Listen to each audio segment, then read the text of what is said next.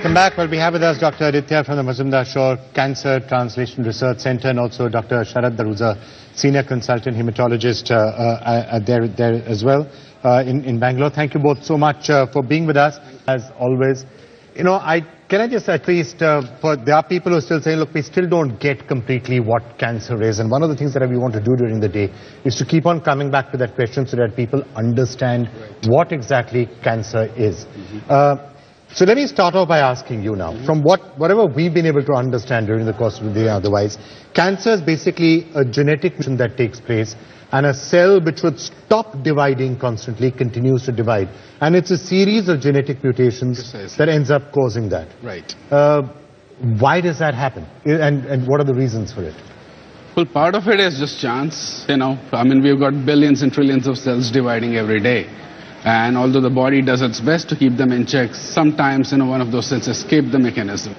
The other is the lifestyle you may lead, the kind of food you eat, the environment you live in. Those things are also constantly affecting how your cells evolve. So those are the two main things.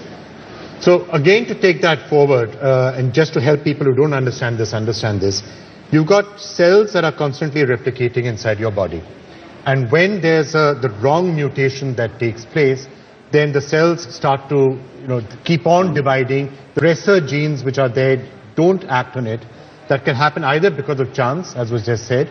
It could happen because of environmental reasons or hereditary reasons. Genetic, yeah. Genetic reasons, essentially.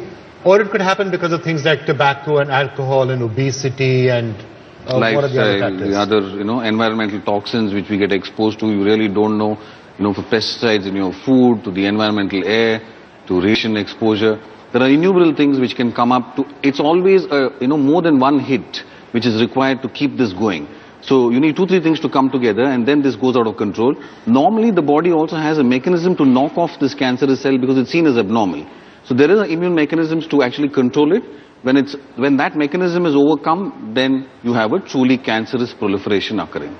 So the body's immunological response also has to go. So actually you need a series of events to take place before cancer should theoretically kick in. So it's almost baffling as to why so many cancers are happening. Is it just because we are surrounded by too many carcinogens? Carcinogens and just the number of cells, I mean, there are so many people and there are so many things happening that how much ever you try and keep this in check, there is always going to be this one cell which is going to go rogue. One of the biggest carcinogens, which is cigarette smoke, should actually be on its way down because people aren't smoking as much as they once used to. Right. So theoretically that should start kicking in at some point.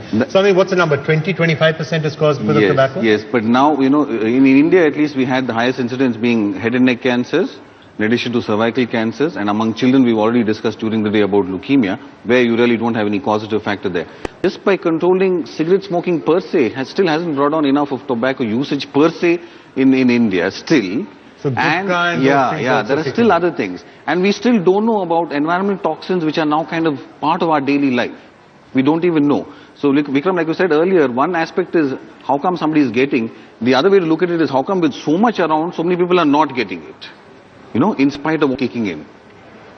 All right, well.